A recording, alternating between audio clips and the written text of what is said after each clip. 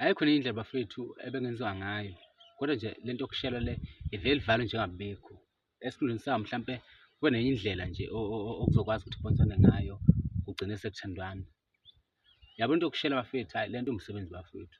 Uyazi uyayibuka useceleni nje, uthi ubona umjidi uyashela la, uvele ubone ukuthi lento le iyanyanyisa lento lena. Yazi ithi inyanyisa uyihlele nje eceleni, uthi ayiqondene nawe. Bese uyabuka-ke ukuthi kangakanani lo esuqondene naye. Uyocabanga nje nawe ukuthi heyi, yimi wonke lokhu ekusafanele ngabe sicefa nje. Hhayi ngeke bafowethu, ayivalwe lento leyana, ayivalwe. Yazi lento leyana inyanyisa ngisho kungathiwa ingane ibikuthanda, kodwa uma ungaqala nje wathi uyashela, eyi uvele uyidele isicoco esibi kabi.